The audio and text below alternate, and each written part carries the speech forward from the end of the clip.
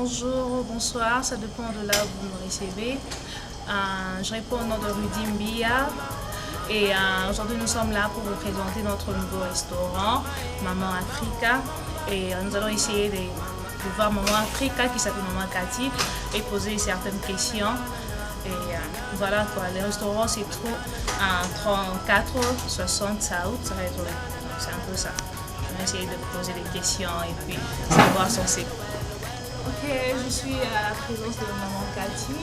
Bonjour maman. Bonjour ma chérie, comment tu vas? Je vais bien, merci et vous? Merci de m'avoir reçu. Ok, merci pour la nourriture. Je pense que c'est à moi tout ça. Ok, je suis là pour vous poser certaines questions, quelques questions. Et savoir quelles sont vos origines. Actuellement, je viens de la République démocratique du Congo. Je suis fière de l'être, donc je suis congolaise. Mes parents sont de Kassaya et moi je suis née à Likasi. J'étais née dans les années 66 et je viens de fêter mes 50 ans. Ok, c'est bien. Et vous avez dit que vous venez du Congo, c'est ça? Et donc vous parlez de Lingala, vous parlez beaucoup de langues. Je parle un peu de Lingala, je parle le Chiluba surtout. Wow, Betoabou. Betoabou. Ok, Mbote. Mbote na yo mwana. C'est bien. Et j'aimerais encore savoir qui représente la culture africaine pour vous. Ben, j'aime beaucoup la culture africaine parce qu'elle est très riche d'abord et elle est vraiment diverse. Malheureusement, elle est méconnue. C'est pour ça que je me suis assigné la mission de la faire connaître au monde entier, notamment par le don culinaire qui m'a été légué par ma mère. Wow. Ok. Et comment est-ce que vous avez commencé votre projet? En fait, je suis d'une formation plutôt d'architecte.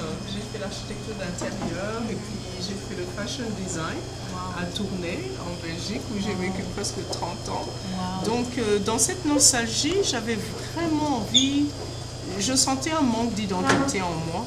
Ça fait que j'ai commencé à rechercher mes origines, comme j'avais trop longtemps vécu en Europe. Je voulais vraiment développer ma culture et montrer au monde entier que cette culture était belle. Donc, de l'intérieur design au fashion design, je me suis rappelée de toutes les recettes que ma mère faisait quand j'étais enfant. Et comme les Américains aiment bien manger, donc je me suis dit, tiens, je vais les nourrir et ouvrir mon business de catering. Là, vous avez raison.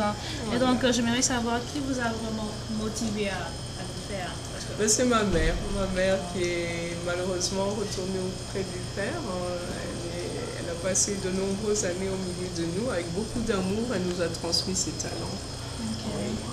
Okay. Et quels sont d'autres projets à long terme? Ben voilà, mon projet à long terme, c'est de vraiment vouloir développer beaucoup plus la culture gastronomique africaine. Montrer aux Africains que nous avons tout. Et nous ne devons pas importer des piodis, des macayabous qui sont déjà pourris pour les emmener en Afrique. J'aimerais vraiment que l'Africain prenne conscience que son sol et son sous-sol est riche et qu'il peut développer tous les produits que nous avons ici, si pas mieux. Parce que nos produits africains sont organiques, il n'y a pas de préservatifs, il n'y a pas de fertilisants, ça pousse naturellement. Mais alors pourquoi ne pas créer des usines où on peut recycler tout cela, faire des jus, faire des confitures, faire du bon poisson conservé ou fumé. Donc j'aimerais vraiment impacter notre communauté africaine. Ok, c'est bien. Et pourquoi vous avez seulement choisi à ouvrir un restaurant à Salt Lake City? Ben, j'ai passé beaucoup de temps à Twila, où je vis actuellement, et je faisais beaucoup de festivals, des farmers market, et je me suis rendu compte que tous mes clients venaient me demander où est ton restaurant? Où est ton restaurant? Et c'était vraiment embarrassant pour moi parce que je n'avais pas de restaurant. Donc j'avais vraiment cette soif d'ouvrir quelque chose un jour. Et comme à Twila c'était un peu vide, je me suis dit ben, à Salt Lake il y a beaucoup plus d'opportunités. L'ouverture à Utah pour la diversité est vraiment grande. On est en train de s'ouvrir à toutes les cultures, sûrement avec le LDS Mission, où nous avons beaucoup de gens qui sont partis en Afrique, qui ont des échanges culturels, et ça fait que ma cuisine était le bienvenu. c'est bien. Et donc, si nous comprenons bien, votre cuisine, c'est juste basé sur l'Afrique. Est-ce que vous préparez, il y a d'autres recettes que vous me préparez ou comment? Absolument. Ayant vécu en Europe longtemps, j'ai hérité beaucoup de la culture belge et francophone. Ah, vous êtes riche. Donc, merci bien. Donc, la combinaison des deux cuisines, française et africaine, font la créole. Ce qu'on appelle créole, c'est le fruit du mélange francophone et africain. C'est tout ce que tu vois des îles, les créoles, tout ce qui est grillade. Donc c'est une combinaison de ces deux cuisines-là. C'est ça qu'on appelle créole. Et parce que moi j'ai eu déjà à goûter, une fois j'ai déjà eu à goûter votre nourriture. Je peux savoir c'est quoi votre secret là, parce que votre nourriture on sent que c'est vraiment là, vraiment bon. Merci hein? bien ma chérie. Qu'est-ce que vous mettez là? Mais je mets beaucoup d'amour, c'est mon secret recipient, comme Parce on dit les Africains quelque chose là. Oui, donc moi mon quelque chose c'est Jésus et puis c'est l'amour. Je prépare avec beaucoup d'amour, j'aime ce que je fais et je le fais avec une grande passion. Et voilà. C'est bien ça, c'est bien. Est-ce que vous pouvez nous parler un peu de vous? Est-ce que vous êtes marié? Vous avez combien d'enfants? Un peu. Ben oui, je suis mariée à un merveilleux monsieur, je ne le vois pas pour l'instant. Ok. Il doit être quelque part. C'est lui en fait qui m'a emmenée ici à Utah. J'étais un peu perdue à Dallas et il est venu, il m'a aimée.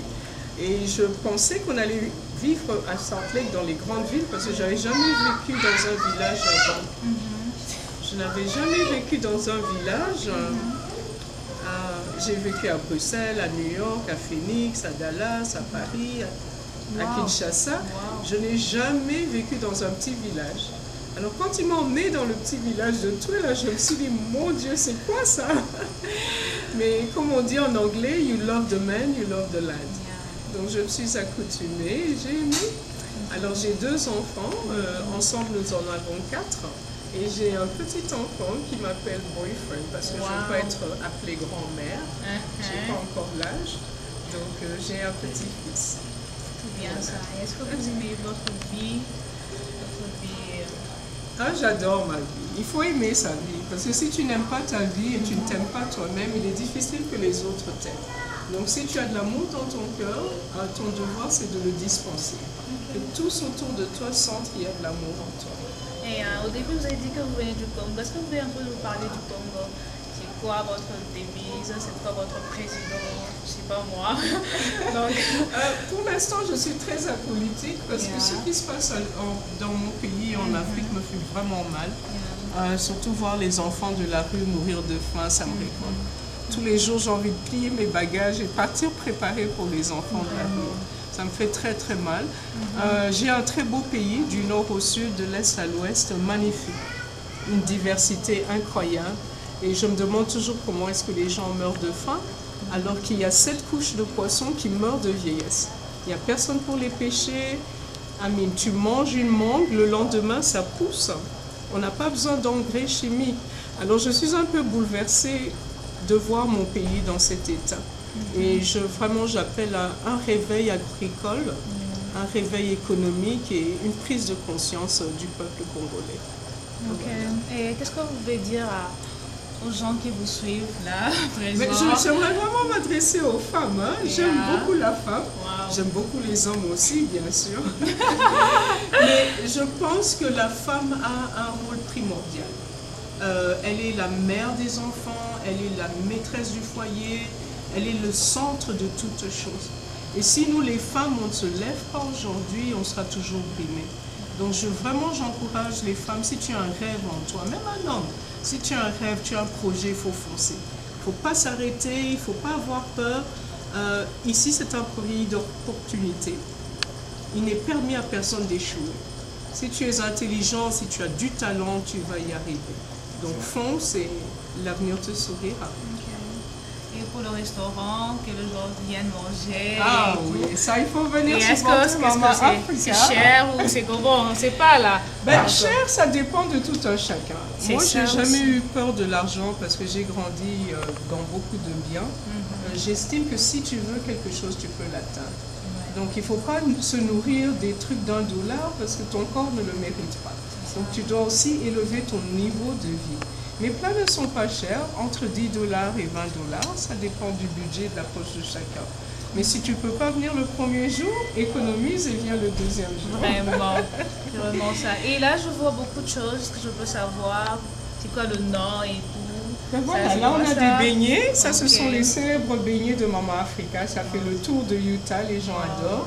Tu peux manger ça en déjeuner, en dîner, en souper, en snack. Ok. C'est délicieux avec du piment, avec du sucre ou de la pâte de cacahuète, ou bien du miel ou du Nutella.